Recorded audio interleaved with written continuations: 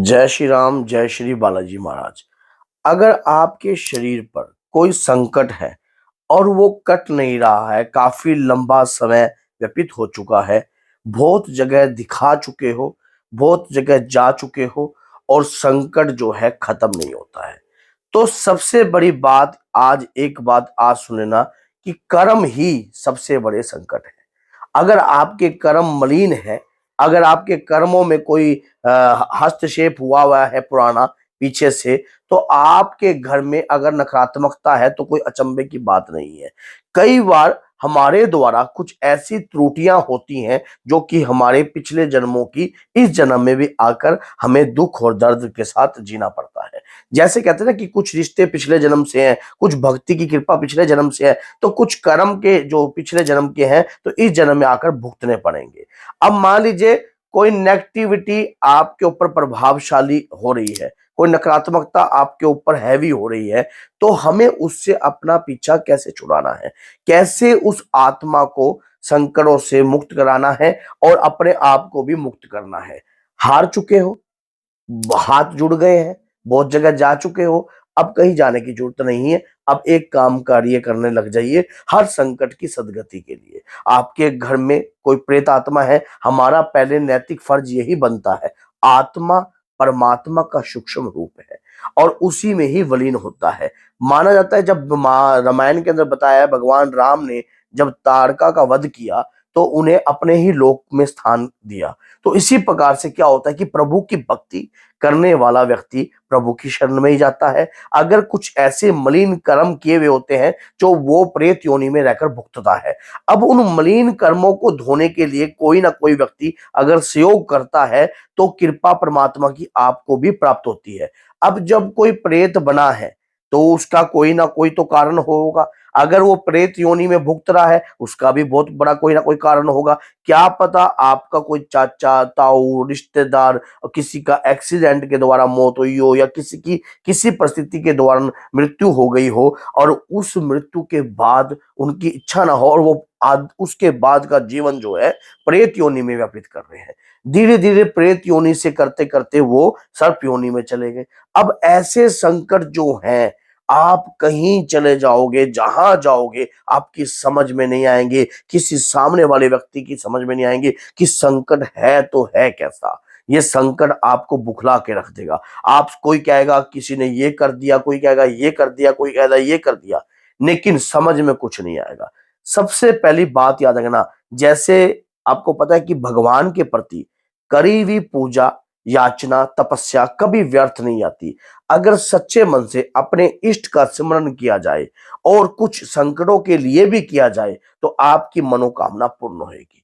पूजा तो आप निरंतर करते हो, रोजाना पूजा करते हो आप, चाहे कोई आपके घर में प्रेत आत्मा कैसी भी है उसके लिए भी पूजा करते हो, लेकिन जो उपाय मैं आज इस वीडियो में बता रहा हूं ये आपके जीवन को बदल के रख देगा। आपके जीवन में दुख और दर्द सब खत्म हो जाएगा। आपको पता है करना क्या है, कोई ज्यादा बड़ा कार्य नहीं करना, कोई ढोंग नहीं, कोई डिगासा नहीं, कोई कुछ नहीं, कुछ भी कार्य नहीं करना है।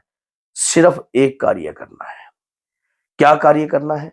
अपने जीवन में अपने घर के बाहर जो भी कुत्ते होते हैं उन्हें बिस्कुट और दूध अर्पण करने लग जाना। एक कार्य तो ये करना है।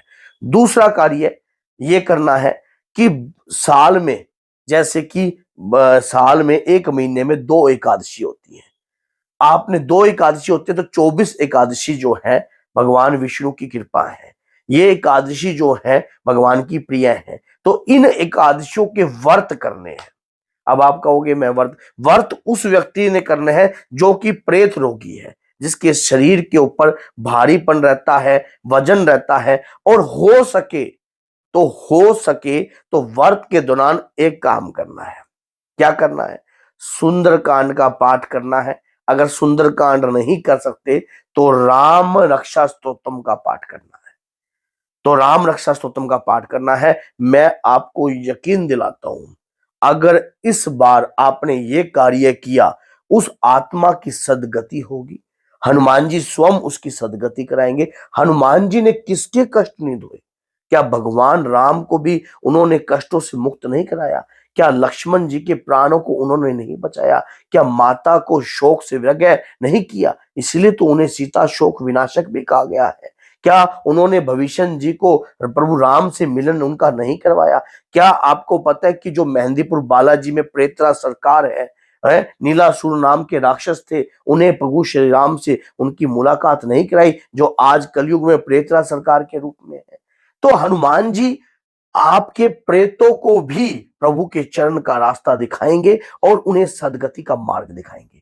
जब सदगति का मार्ग प्राप्त होने लग जाता है, क्या होता है कि प्रेत योनि एक ऐसा जंजाल है जिसमें व्यक्ति गोल ही घूमता रहता है। आयु इतनी विग्रह होती है, इतनी लंबी होती जाती है, समझ में कुछ नहीं आता है, क्योंकि कर्म के अनुसार ही जब तक प्रेत योनि है तब तक आदमी भुगतता रहता है। क्योंकि आपके कर्म अगर मलिन है तो वो प्रेत योनि में रहकर, जैसे कि ये मनुष्य योनि है, ये मृत्यु लोक है, उसके बाद प्रेत योनि है, उस प्रेत योनि में वो घूमता रहता है। ऐसे घूमता रहता है तो अपने ही घर वालों को सेधने लगाता है, अपने ही परिवार वालों को सेधने लगता है। हर आत्मा, चाहे कोई घर की है चाहे कोई बाहर की है, तो आपका नैतिक फर्ज ये बनता है उन्हें सदगति दिलाना। जो कि प्रेत रोगी है, जिस व्यक्ति के शरीर पर कोई प्रेत आत्मा का साया रहता है, कोई वजन रहता है, अगर वो व्यक्ति सच्चे मन से आज इस एकादशी को रखे तो उस आत्मा की सदगति होने लग जाएगी। सदगति होने लग जाएगी कुछ ही क्षण में, 1 वर्ष भी नहीं लगेगा, 1 वर्ष भी नहीं लगेगा। कहते हैं कि एकादशी एक ऐसा पवित्र व्रत है जो कि करोड़ों फल आपको दिलाता है, और आपको भी वो फल प्राप्त होगा, और उस आने में जो आत्मा आपके शरीर में वास कर रही है उसे भी कुछ नहीं करना है, कोई ज्यादा बड़ा कार्य नहीं करना है। राम रक्षा स्तोत्र का पाठ करना है, सूर्य को अर्घ्य देना है, अपने ऊपर से 7 बार के जल के लोटे को सूर्य को अर्घ्य दीजिए, राम रक्षा स्तोत्र का पाठ कीजिए, और उसमें जो जल रखोगे आप राम रक्षा स्तोत्र का, जब भी पाठ करोगे उस जल को उग लगाकर पीना है। हो सके तो 2 पाठ कीजिए, हो सके तो 3 पाठ कीजिए, जितना आपका समर्थ है। अगर आप पाठ कर नहीं पाते हो, आपसे पाठ नहीं होता है, शरीर पर आपको पीछे आ जाती है, शरीर आपका घूमने लग जाता है, तो आप सुनिए,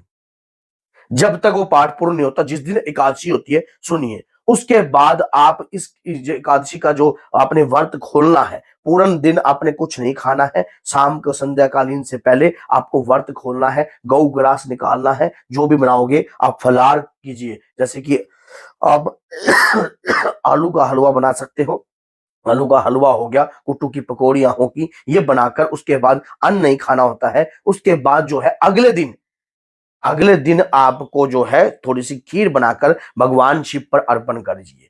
देखिए, मैं 100% आपको ये उपाय, मैंने अब तक जो भी वीडियो में उपाय बताए हैं, प्रभु की कृपा के अनुसार ये बताए हैं, उनके आदेश के अनुसार ये बताए हैं। हमारी कोई हस्ती नहीं है हम किसी को कुछ उपाय भी दे सके। प्रभु का प्रताप है, वही गुणगान गाते हैं, वही हमारे मुख के द्वारा बुलवाते हैं। तो इसलिए अगर वीडियो अच्छी लगी है तो लाइक कीजिए, चैनल को सब्सक्राइब कीजिए, और बेल आइकन बटन को ना भूलना, क्योंकि आने वाली हर वीडियो की नोटिफिकेशन आपको इसी के माध्यम से प्राप्त होगी। अगर कोई व्यक्ति रोगग्रस्त हो, अगर कोई व्यक्ति बीमार हो, अगर आप अपने व्हाट्सएप पर इस वीडियो का लिंक लगा लें, तो क्या पता उसका जीवन भी बदल जाए, उसके जीवन में भी एक नया बदलाव आ जाए। तो बोलिए जय सीताराम, जय श्री राम, जय माता की।